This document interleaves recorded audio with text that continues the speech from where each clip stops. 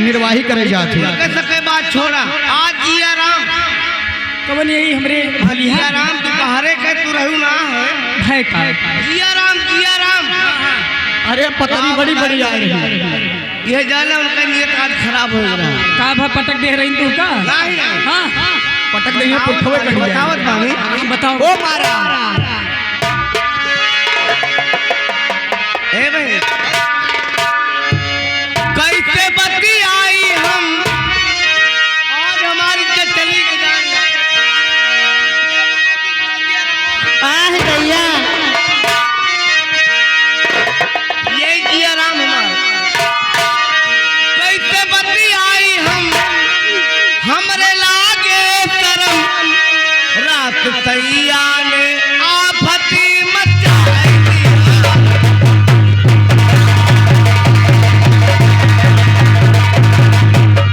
कैसे बत्ती आई हमरे लागे शरम रात सैया आपत्ति मचाई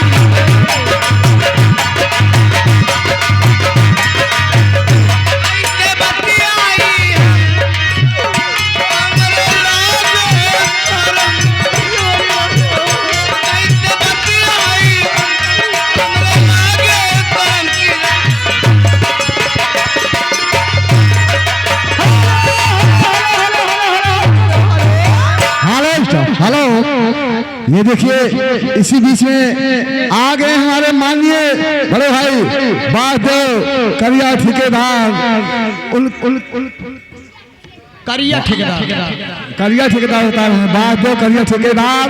उनकी तरफ से 11 रुपए का पुरस्कार आया मैडम, लेकिन उनका फरमान क्या है, कोई बढ़िया सा सोहा सुना दीजिए। और इधर आ गए हैदराबाद कोटेदार हैदराबाद कोटेदार। हैदराबाद कोटेदार। उनकी फरमाइश क्या है मैडम? 20 रुपए का पुरस्कार भैया को मिलकर से नमस्कार। कोटेदार नाम बड़े दर्शन छोड़।